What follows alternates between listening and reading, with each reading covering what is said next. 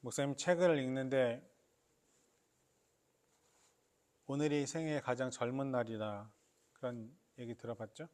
오늘이 가장 젊은 날이에요. 그죠?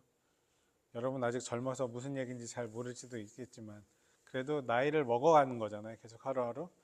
오늘이 제일 멋지고 예쁜 날이래요. 그쵸? 여러분 맞는 말 같죠? 앞으로 살아갈 날이 더 많지만 그럼에도 불구하고 오늘이 가장 이쁘고 오늘이 제일 멋있는 날이랍니다.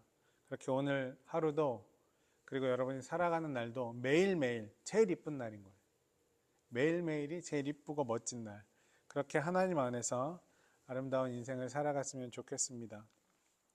근데 사실 우리의 인생은 그렇게 매일매일 멋진 날이긴 하지만 이쁜 날이긴 하지만 나름 복잡한 삶을 살아갑니다. 그렇죠? 우리가 생각하는 대로 우리의 삶이 흘러가지 않습니다. 그래서 사람들은 인생을 다양하게 비유하는데 인생을 어떤 사람들은 마라톤 같다라고 그렇게 얘기합니다. 마라톤이 뭐예요? 42.19km의 긴 여정을 뛰는 거예요. 그 마지막 목표, 결승점을 향해서 열심히 뛰어가죠. 여러분 근데 잘 생각해 보면 빨리 달리는 사람이 있는가 하면 빨리 뛰지 못하는 사람도 있습니다. 그렇죠? 중간에 넘어지고 쓰러지고 포기하는 사람도 있지만 느리지만 끝까지 완주하는 사람도 있습니다. 그렇죠? 완주해서 메달을 받는 사람들도 있죠. 그래서 인생이 이 마라톤과 같다. 42.19km 그 힘든 여정을 빠르기는 상관없지만 끝까지 완주하는 게 우리의 목표다. 그렇게 이야기하면서 인생을 마라톤 같다 이야기합니다. 또 어떤 사람들은 인생을 항해와 같다라고 얘기합니다. 배 타고 가는 게 항해죠. 옛날에는 닷이나 돛을 잘 이용해야 배가 갔습니다. 제가 텔레비전을 보는데 그 한국 TV 프로그램을 유튜브로 이렇게 보는데 옛날에는 돛도요 삼각돛이 발견되기 전에는 앞으로 가는데 바람이 저쪽에서 이렇게 오면 앞으로 갈 수가 없었대요. 바람이 거꾸로 부니까 그 바람의 방향을 거스를 수가 없었던 거죠. 근데 삼각돛이 발견이 되고 나서 삼각돛을 좌우로 틀면서 배가 그 역풍을 이용해서 반대쪽으로 가는 게 아니라 비스듬히 간다는 거예요. 비스듬히 가면서 지그재그로 그래서 조금씩 앞으로 간다고 그렇게 설명을 하더라고요. 그 반대편에서 오는 바람도 이용해야 앞으로 갈 수 있는 그런 사람의 인생을 비유해서 그렇게 설명하기도 했다는 말입니다. 근데 요즘은 그렇게 요트를 타도 뭐가 달려있어요? 엔진이 달려있죠. 엔진으로 갑니다. 엔진의 힘으로 뭐 바람이 불던 말던 앞으로 쭉 갈 수 있어요. 여러분 근데 그렇게 강력한 엔진의 힘이 발명됐다고 해도 고요했던 바다가 갑자기 무서운 파도를 일으키면서 폭풍우가 일어나면 그 배가 뒤집어지기도 합니다. 그렇죠? 우리가 잘 아는 영화 중에 타이탄이라는 영화가 있잖아요. 그렇죠? 엄청나게 큰 배를 처음에 만들고 첫 항해에서 배가 뒤집힙니다. 수많은 사람들이 죽었죠. 그래서 인생을 그 항해와 같다. 아무리 우리에게 좋은 엔진, 좋은 스펙, 좋은 환경, 돈, 경제적인 능력이 있다 하더라도 무서운 바람과 파도를 만나면 때론 뒤집힐 수 있다. 그래서 인생은 이런 항해와 같다. 이렇게 얘기하는 사람들도 있습니다. 오늘 본문 같이 읽었던 말씀에서 제자들이 지금 그런 상황을 맞이한 거예요. 예수님이 제자들에게 저편으로 좀 건너가자 말씀하셨죠. 가버나움이라는 도시에서 말씀을 전하셨는데 가버나움은 유대인들이 많은 도시였어요. 갈릴리 호수 저편에 가면 거라사 지방이라는 지방이 있었는데 거기는 유대인들이 많은 동네가 아니라 유대인들이 별로 가고 싶지 않은 이방인들이 모여 사는 지방 그런 도시였어요.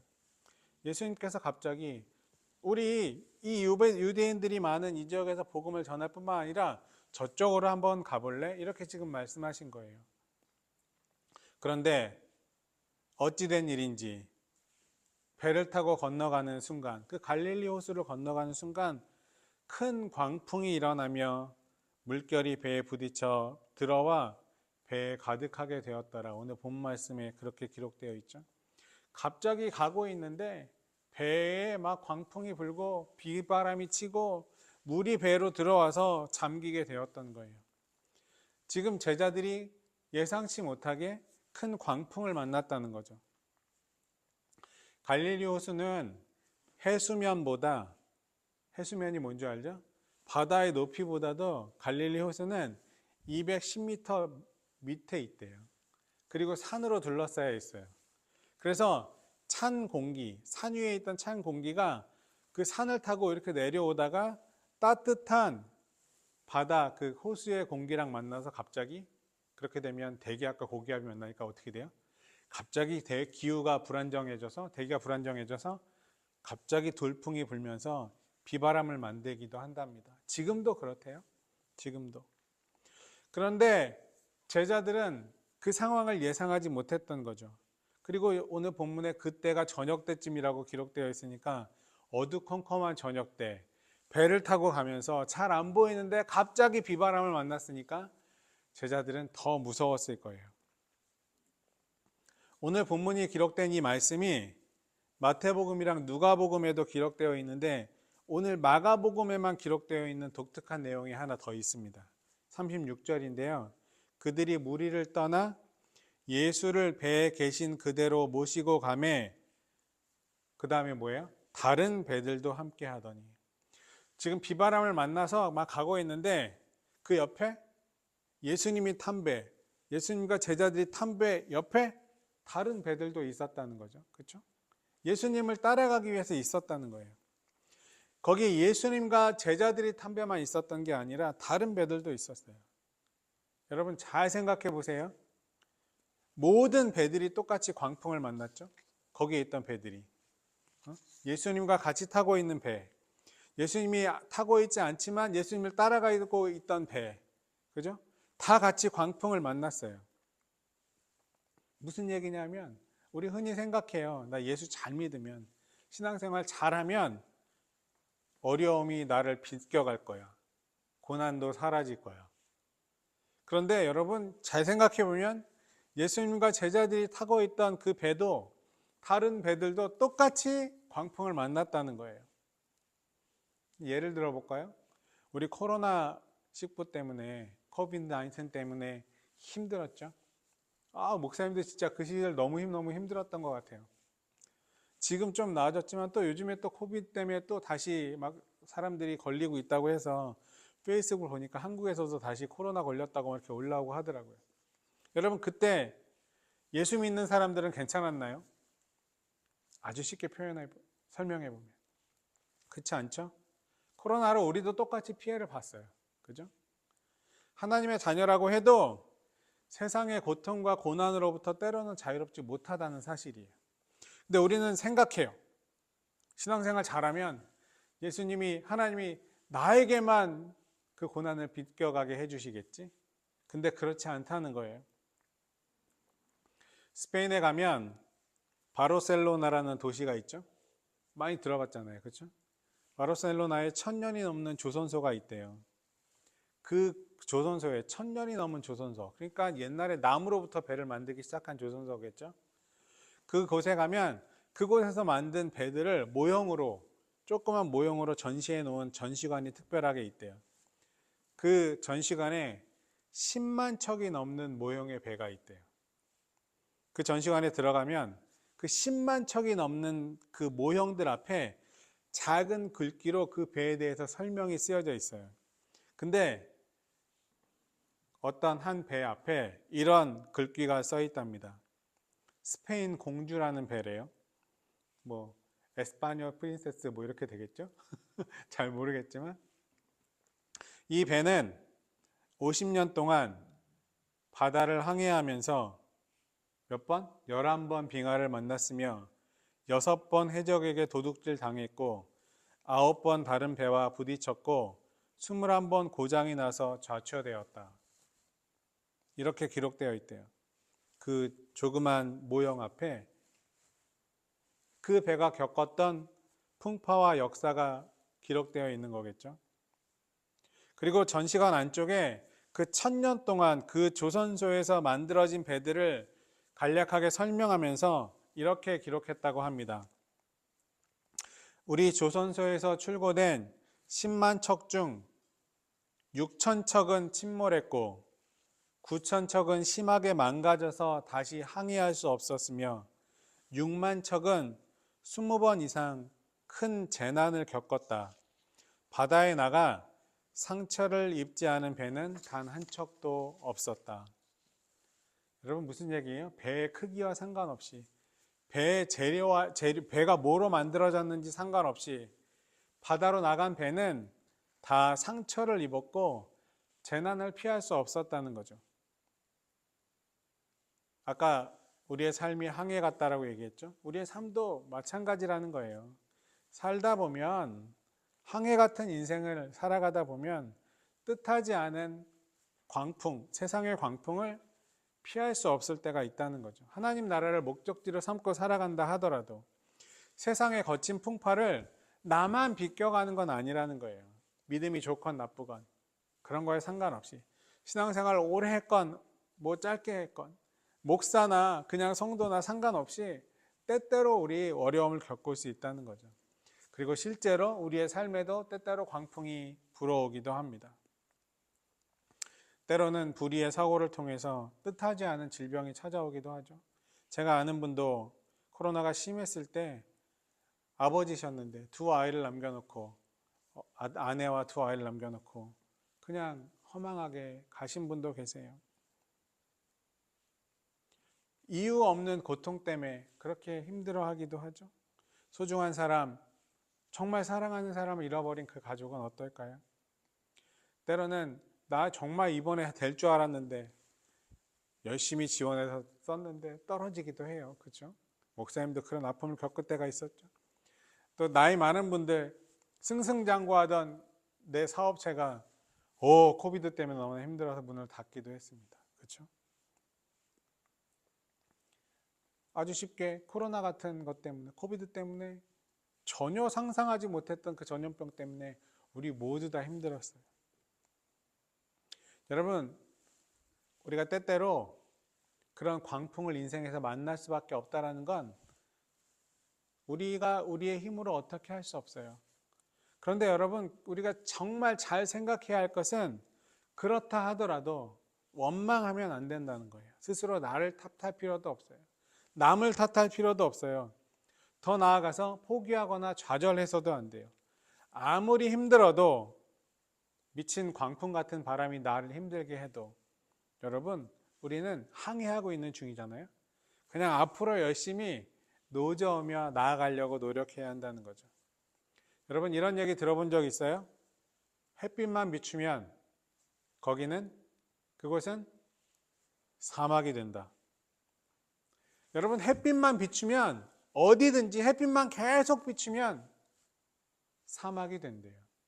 아무것도 살 수 없기 때문에. 때로는 비도 오고 우리처럼 눈도 오고 춥기도 하고 그래야 그 땅이 비옥하게 된다는 거죠.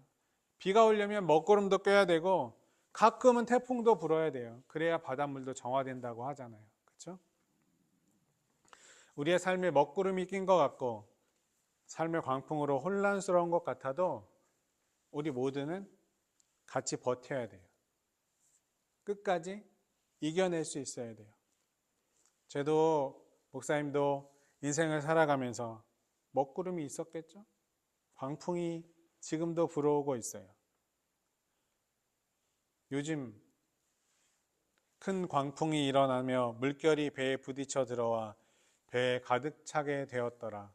이 말이 정말 내 말씀으로, 내 마음으로 그렇게 이해되기도 하는 것 같아요. 여러분 어때요? 아직 어려서 나는 그런 광풍은 만나보지 못할 것 같은데. 여러분 인생을 살아가다 보면 오늘 이 말씀이 기억나는 때가 분명히 있을 거예요. 힘들 때가 있을 거예요. 그때 여러분 이 말씀을 여러분 지금부터 마음에 잘 담고 오늘의 이 말씀이 여러분 인생에 큰 도움이 됐으면 좋겠습니다. 아무리 우리의 삶의 광풍이 불어와도 여러분, 그래도 우리에게 소망이 있는 건, 바람이 불고 파도가 아무리 쳐도 우리에게 소망이 있는 건 제자들처럼 우리는 예수님과 한 배를 탔다는 거예요. 우리 인생에서 우리가 정말 소망이 있는 건 누구와 옆에 있어요? 예수님 옆에 있다는 거예요. 큰 광풍이 불 때 제자들이 두려워 떨면서 예수님, 지금이 어느 때인데 주무세요. 그죠? 예수님, 우리 죽게 됐어요. 우리 좀 살려주세요. 제자들이 정중하게 부탁했을까요? 예수님, 저희가 죽게 됐습니다. 좀 이렇게 얘기하지 않아요. 정말 예수님을 흔들어 깨우다 못해 정말 간절한 마음으로. 여러분 생각해 보세요. 근데 그렇게 깨우던 제자들이, 여러분 직업이 뭐예요? 두려움에 떨면서 예수님을 깨우던 제자들의 직업이 뭐예요? 어부잖아요, 어부. 배에 대한 지식이나 풍랑에 대한 지식, 바다에 대한 경험, 누가 더 많아요? 제자들이 더 많아요. 예수님 아예 몰라, 사실. 그렇게 배에 대한 지식, 바다에 대한 지식이 풍부했던 제자들도 광풍에 어쩔 줄 몰라 했다는 거죠. 여러분, 우리도 그래요. 우리도 세상에 살아가면서 힘든 일을 만났을 때 패닉이 되는 때가 더 많아요. 원래 내가 그거에 대한 더 전문가인데. 그리고 나서 하나님을 원망하죠. 하나님, 내가 그동안 예배도 잘 드리고 봉사도 잘하고 헌금도 잘하고, 근데 너무 하신 거 아니에요? 우리도 패닉이 돼서 하나님을 원망하기도 한다는 거죠. 여러분, 그때 오늘 이 말 꼭 기억했으면 좋겠습니다. 내가 정말 힘들어서, 내가 정말 아무것도 할 수 없고 내가 패닉이 되는 것 같은 그런 상황에 놓여 있을 때, 그때 여러분, 내 경험이나 내 지식이나 내 인간관계나 내 물질이나 내 능력은 그런 것 앞에 정말 아무 소용이 없다. 그런 걸 인정하고 문제를 누구한테 알아야 돼요? 예수님을 원망하는 게 아니라, 하나님을 원망하는 게 아니라 하나님께 내 문제를 다시 제대로 잘 알릴 수 있어야 돼요. 오늘 제자들처럼. 제자들이 죽겠습니다 하고 했을 때 정말 간절한 마음으로 예수님을 깨웠던 것처럼 우리도 내가 가지고 있던 지식은 다 소용이 없는 거였구나. 내가 가진 능력은 바람에 나는 겨와 같구나. 정말 중요한 건 예수님이 내 문제를 해결해 주실 수 있구나 깨닫고 예수님을 다시 붙잡는 거예요. 예수님을 원망하는 것이 아니라. 그러니까 예수님이 제자들도 이렇게 살려주셨어요. 예수께서 깨어 바람을 꾸짖으시며 바다더러 이르시되 잠잠하라 고요하라 하시니 바람이 그치고 아주 잔잔해지더라. 여기서 꾸짖다라는 단어는요, 예수님이 귀신을 내쫓으실 때, 갑자기 발음이 안 되네. 내쫓으실 때 귀신을 꾸짖다는 단어랑 똑같은 단어예요. 그렇게 귀신을 내쫓으시면서 말씀하셨듯이 바람과 파도를 잠잠하게 하시려고 꾸짖으셨다는 거예요. 그리고 진짜 바다와 파도가 잠잠해지는 걸 제자들은 경험할 수 있었습니다. 여러분, 우리도 인생의 어려운 일을 만났을 때 우리의 힘으로는 그 어려움들을 잠잠하게 할 수 없어요. 진짜 힘은 누구에게 있어요? 예수님에게 있어요. 하나님에게 있어요. 그 인생의 바람이 그치고 풍랑이 잔잔해지려면 예수님과 내가 한 배에 있다는 사실을 깨닫고 예수님을 흔들어야 되는 거예요. 여러분, 이 사실을 꼭 기억했으면 좋겠습니다. 그리고 이 이야기의 끝이 이렇게 마무리되죠. 그들이 심히 두려워하며 서로 말하되, 그들이 누구예요? 제자들이 너무 두려워서 서로 말하되 그가 누구이기에 바람과 바다도 순종하는가, 이렇게 얘기합니다. 예수님 도대체 누구길래? 예수님 지금까지 잘 따라다녔는데 그 예수님을 이제 스스로 다시 깨달은 거예요. 바람과 바다도 순종하게 하실 수 있는 저분. 두렵다는 말은 무서워 떨었다는 게 아니라 경외감이 생겼다는 거예요. 원문적인 의미로 보면 단순히 무서워서 벌벌 떠는 게 아니라 예수님만이 바람과 파도도 잔잔하게 하실 수 있는 분임을 깨닫고 예수님에게 경외감을 갖게 되었다는 말이죠. 여러분, 예수님을 진짜 바르게 아는 사람이 그 예수님의 능력을 내 삶에 끌어와서 내 삶에서 사용하면서 살아갈 수 있는 거예요. 제자들이 이제 깨달았어. 예수님을 따라다녀도 잘 몰랐어. 예수님이 막연하게 대단한 사람이라고는 알았는데 그 예수님이 진짜 능력을 가진 분이라는 걸 이제 깨닫고 경외감을 갖게 되었어요. 그래서 제자들이 이제 세상에 나가서 진짜 제자로서 살아갈 수 있었던 거예요. 예수님처럼 병자를 고치고 예수님처럼 말씀을 전할 수 있는 사람으로 거듭날 수 있었다는 거죠. 여러분 예수님에 대한 경외감이 있어요? 두려운 마음이 있어요? 여러분, 사실 우리는 살아가면서 목사님도 마찬가지지만 예수님이 무섭다기보다, 예수님이 두렵다기보다, 예수님이 경외롭다기보다 사실은 세상의 광풍과 세상의 바람이 더 무서워요. 그죠? 그리고 예수님 오히려 원망하잖아요. 아니에요. 누가 더 경외로운 사람이에요? 예수님이 더 경외롭고 우리의 문제를 해결할 수 있는 분은 예수님이라는 사실을 그 예수님을 올바로 바로 알아가는 그런 진짜 신앙의 마음으로 살아갔으면 좋겠습니다. 여러분, 이제 인생을 출발하는 나이들이잖아요. 이제 인생을 열심히 살아가야 돼요. 인생은 항해 같고 마라톤 같아요. 그렇게 살아가는 동안에 어려운 일을 만날 때 진짜 내 문제를 해결할 수 있는 분은 내 능력이 아니고 내 힘이 아니고 내 경제적인 능력이 아니고 예수님이라는 사실을 꼭 마음속에 담고 살아갔으면 좋겠습니다. 우리는 예수님과 한 배를 타고 살아갑니다. TV 프로그램 중에 한국의 예능 프로그램 중에 알쓸신잡이라는 게 있어요. 여러분 알아요? 오래된 거예요. 요즘엔 또 알쓸별잡이라고 다른 거 하더라고요. 목사님 이런 거 좋아하는데 이런 프로그램을 이렇게 서로 대화하고 하는 거기에 되게 유명한 김상옥 물리학자 그 교수님 나오죠. 어떤 패널 분이 그분에게 물어봤어요. 야구공을 빛의 속도로 던지면 어떻게 됩니까? 그때 타자가 공을 치면 어떻게 됩니까? 그 소리겠죠. 어떻게 된다고 얘기했을까요? 빛의 속도로 야구공이 배트와 맞는 순간 핵폭발이 일어납니다. 왜 그래요? 아인슈타인의 방정식, 여러분 잘 모르지만 저도 잘 몰라요. E는 mc 제곱 뭐 이런 거 있어요? 그런 거 있죠? 질량이 제로만 아니면 빛의 속도로만 나아갈 수 있으면 질량의 빛의 속도에 제곱을 곱하면 그 에너지가 엄청나지기 때문에 빛의 속도를 제곱하는 것과 같이 방망이를 맞는 순간 핵폭발이 일어나는 거예요. 질량이 아주 작지만 않으면, 질량이 작지만이 아니라 0이 아니기만 해도 빛의 속도가 어마어마해서 맞는 순간, 부딪히는 순간 핵폭발이 일어난다는 거예요. 여러분, 우리의 믿음은 우리가 아무리 잘나도 인간이기 때문에 0만 아니면 돼요.